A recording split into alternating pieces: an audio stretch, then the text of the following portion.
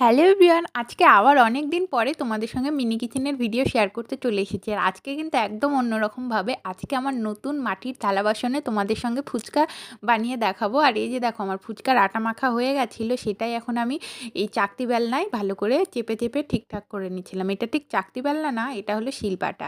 তো ওর মধ্যেই করে নিলাম, তারপরে তেল গরম করে এখন একে একে সব ফুচকাগুলো দিয়ে ভেজে নিচ্ছি। দেখেছো কি সুন্দরভাবে হচ্ছে। আর এত ছোট্ট উনুনে কিন্তু আমি এই প্রথমবার করছি। আর এর আগে মিনি কিচেন করেছিলাম, কিন্তু এতটা ছোট উনুন না, এতটা ছোট কড়াই না। তো তোমাদের কেমন লাগছে আমার এই নতুন বাসন-কোসনের মিনি কিচেনের ভিডিও অবশ্যই কিন্তু জানিও। আর তোমরা এর পরে কী রেসিপি দেখতে চাও সেটাও কিন্তু বলবে। যে দেখো, আমার ফুচকা ভাজা হয়ে গেছে, এখন আমি আলুটাকেও ভালো করে মেখে নিলাম। আর এখন বানাবো টক জল। এর মধ্যে লবণ, লঙ্কার গুঁড়ো আর একটু জল জিরে দিয়ে ভালো করে গুলিয়ে নিলাম। আর এখন আমরা এই যে দেখো, ফুচকা একদম রেডি হয়ে গেছে। এখন ফুচকা টেস্ট করে দেখা যাক কেমন হয়েছে। এর মধ্যে আলু সেদ্ধ আর টক জলটা দিয়ে খেয়ে দেখলাম দারুণ হয়েছিল।